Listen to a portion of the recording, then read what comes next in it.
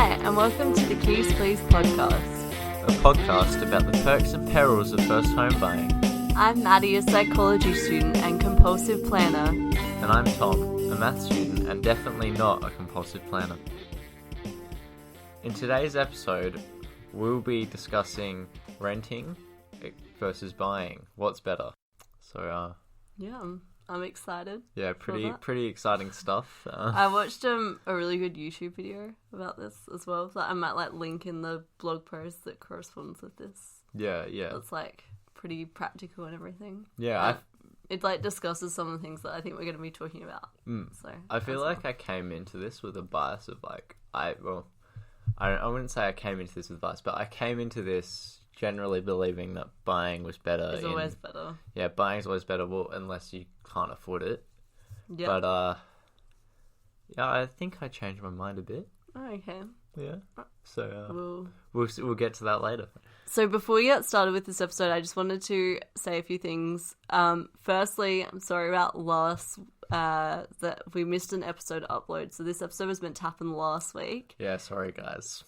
But because we messed up, we in inverted commas, pointing at me. I'm not pointing at you. Yeah, I know, but I am. Secondly, last episode, in episode 4, I talked about a longitudinal study that talked about commute time. Then I did some further research and found out that I actually did not have anything to do with commute time. It was a completely separate study, and I got two studies mixed up together. But it's a really cool study, so you should check it out. Yeah, check it out anyway. Check it out anyway. I got it mixed up because I listened to Gretchen Rubin's podcast, and she talks a lot about the importance of commute time, and she also talked about this study. But separately. They're separately, not related. So anyway, I'll link this study on the blog post that corresponds with this podcast as well, so that you can check it out if you want. Also, last point is that last episode, I did a lot of mistakes last episode, but anyway, it's okay. That's fine. We all make mistakes.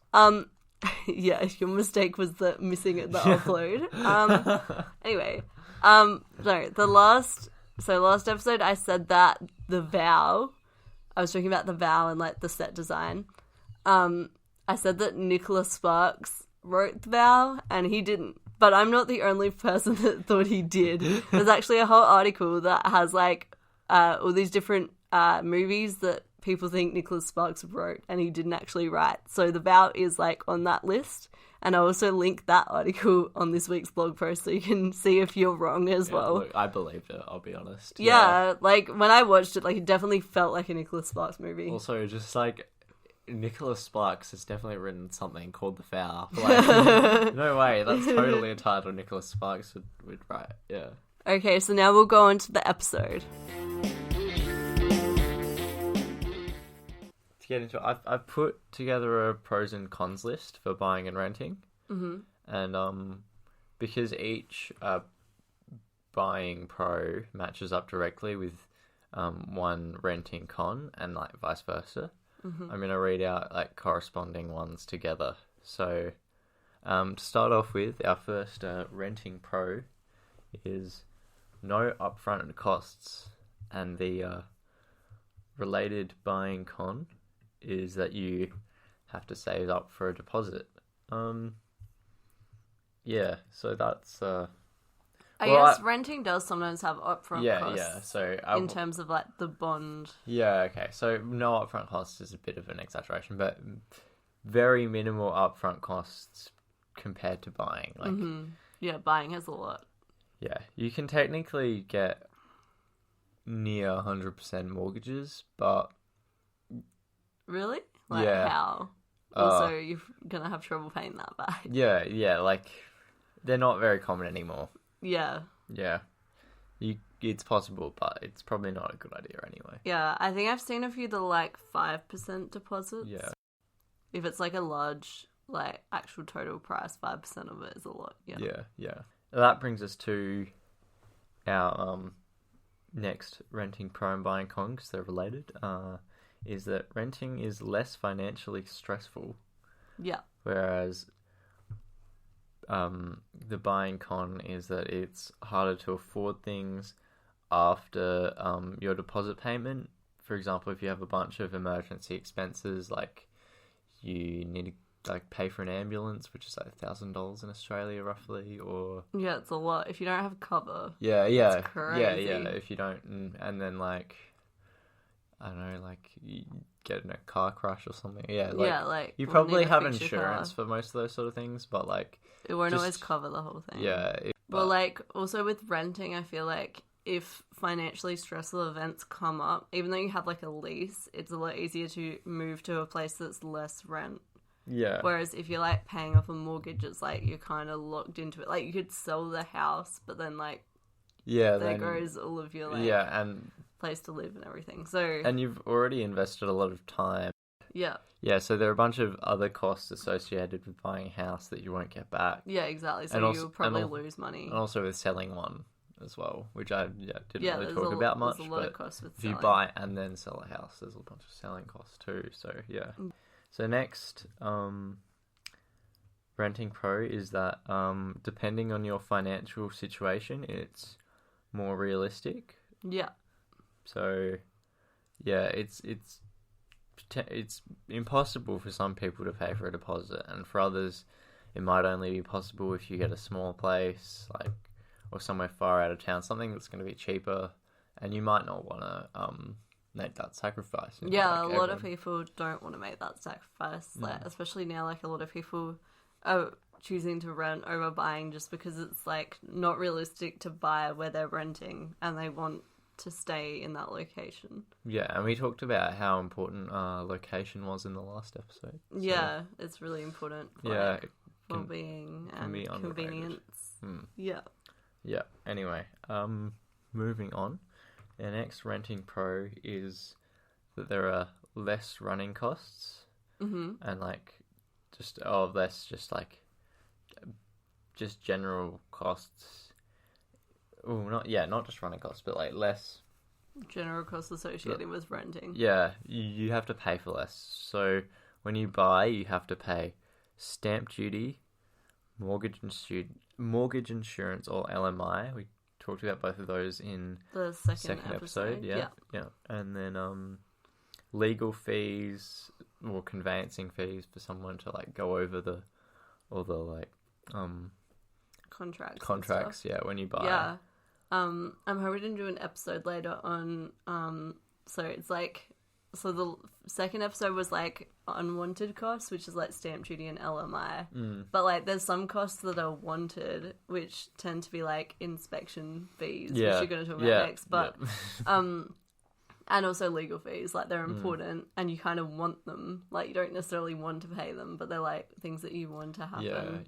Like in order to buy the house. Yeah, there's no advantage for you in paying the insurance. Like you don't get anything out of it. But No, like, not really. No, because it's to protect you. It's the not lender. insuring you. Yeah, it's No. insuring the lender, but And or you like don't stamp get- duties. you don't get basic- benefit out of stamp duty. Yeah, just like It's- a tax. I mean, you That's do good. indirectly, I guess. Yeah. It goes to the government, and and then the the government yeah, spends it on everyone. Yeah, and it's great. And It's good. socialism is where it's at. No, I'm kidding.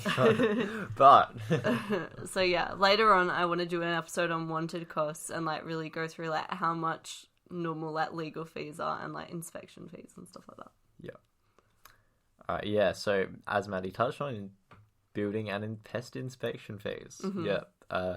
Then there could be a transfer fee, a loan application fee, a mortgage registration fee. There's a lot of fees. So many fees. Honestly, I don't think I like got tacked them all. onto things. I don't Yeah, think I got probably them all. not. And some of them, it's weird. They like vary a lot. So some of them are like $30, and then some of them are like 300. Wow. It's like could be anything. Like It's a lot of admin stuff that's like kind of put on. Like if you're already buying it, then they just like chuck on a whole lot of fees to like yeah. It's a bit annoying. Yeah, and then finally we have like this one is an ongoing payment, but it's council and utility rates. There's sometimes you still have to kind of pay them when you're renting. Yeah, but it depends on your landlord basically. Yeah. On whether they pay utility fees or what. Yeah. I think normally renters do pay utility fees, but No. well, all of the rentals that I've seen advertised, you have to pay your own utility fees. Damn, really? Yeah. I read something online saying that like it was common for I read something online saying it was common for renters to pay for like water and stuff. No, not for renters. Sorry, for landlords. Yeah. Mm-hmm. Well, yeah, I don't know, but Yeah. that's not something that I've encountered when I've been looking at rentals. Most of the time, it's like plus, especially like student rentals, like share housing. Usually, you have to pay for your water and electricity portion of the whole thing. Yeah, so that's shared amongst the people living in the house. Yeah, when you're looking for a place to rent, don't just look at the per week rent. Also look at whether you have to pay for the utility fees and definitely. Yeah. Add that in, yeah. One of the pros of renting is that it's less financially risky. Mm-hmm. So, the buying con of this is that, like, if you buy a house, you, like, basically all your savings probably are put into that house, and hopefully you have a little bit of an emergency fund. Oh yeah, but hopefully, but like, if you look at your total net assets, a lot of it's in this one thing. So like, don't put your eggs in one basket kind of thing, but you are. It really increases your downside risk if there's a housing crisis or maybe something causes your neighborhood to go down in price. That said, houses tend to be pretty stable compared to most other things, and that's why people are willing put to a lot of their put all their well, not all, but basically all of their stuff. Yeah, so houses tend to just go up slightly more than inflation, which is nice. But hypothetically, if something did happen that caused the houses in your neighborhood to go down in price, you would only technically lose money if then you sold at that time. Oh, yeah. So, like, if you can, like, weather the storm a little bit and just, like most investments, I feel like, whenever they go down, it only is bad if you have to sell. Yeah. So it's, and you might have to sell, which is when it's bad. You might, if you have to move and the housing, and you've been staying somewhere for 10 years and the house price has gone down a significant amount, you probably have lost money, which is a shame. But mostly houses go up, so that's unlikely. There have been cases where particular neighborhoods have gone down. I remember like a few years ago, there was some problem with the water. I won't mention the suburb because I'm not exactly sure which suburb. Also, I don't want to name and shame suburbs of Adelaide. But there was something wrong with the water in this suburb. It had I don't know what it was, but it had something that was bad for you in it, and it was only in this suburb, and like it made people not want to buy there, and so housing prices there went down a lot. Yeah, and like I think it's still recovering from that, and that was like a few years ago. But yeah, but like I think it is on the increase now, so it's not like it just like exponentially went down and it's never going to go back up. Right. Yeah. But for anyone that had to sell during that time, that wouldn't have been good. Yeah, they suddenly decide to build an airport right next to your house. Yeah, well then that's a bit annoying. Yeah. Or a highway, which is probably more likely. Yeah, okay. So the next renting pro is that it's a shorter commitment, and the associated buying con is that's like, what if you hate the house? Yeah, then you're a bit in a jiffy. Yeah, in a jiffy. You're a bit in a jiffy. This is very related to the last point about financial risk. But yeah, if you've committed to renting for like a year, you can just move after the year, or you can probably even leave before then if you can break the lease. But depending on conditions and stuff like that. Also, if you a shorter commitment is also important if you want to be like flexible with where you're living. Yeah. So like if you need to travel for work, or like you want to live somewhere else, or like try out a whole different location. What if you within a year fall in love with this amazing person and then they move countries and you're like, I've got to go after them, got to chase like that. But you've got a house. You're going to sell the house. Hypothetically, you'd want to be in a financial situation where you could keep the house. That's the best financially viable thing that you could do. But like, it's also really hard to get to that place. But you'd need to be renting it out while living in a different country in this scenario. I mean, you could do that. Yeah. People definitely do that. But like,